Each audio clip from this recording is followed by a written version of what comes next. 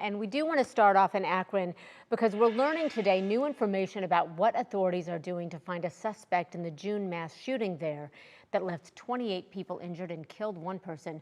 We're also hearing about the guns found at the scene as Akron Mayor Shammas Malik and the police chief spoke publicly during a news conference. Our Kaitor K was there. He's with us live now from Akron with the details. Kaitor, what did you hear that was new? Yeah, so Akron Police Chief Brian Harding says that they have followed over 85 leads, interviewed more than 100 people, and collected dozens of pieces of physical evidence, but this case is still proving to be very challenging to solve. The mass shooting took place at a birthday party on Kelly Avenue on June 2nd.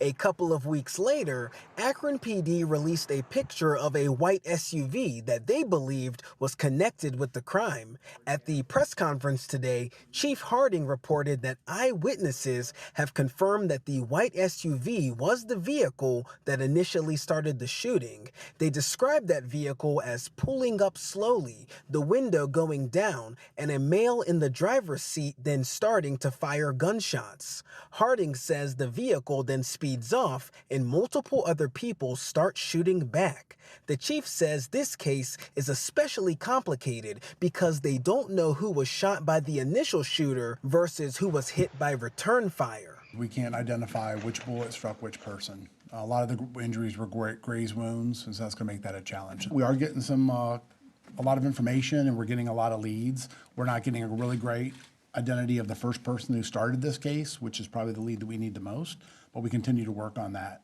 as well. So that's one of the big challenges with that. Also, the number of people shot, the number of people that were there also make this a challenge to determine what occurred. When asked if the potential charges against the initial shooter would be different than those that returned fire, the chief said yes, but that the county prosecutor is the one that would handle those decisions.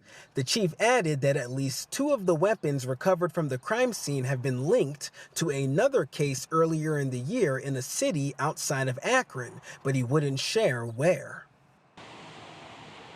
At today's public safety update, the mayor also shared how strong in numbers the police force currently is and how many more officers they're looking to recruit. So we'll hear from him coming up at 5. Christy. Okay, looking forward to hearing about that. Kaitor, thank you so much.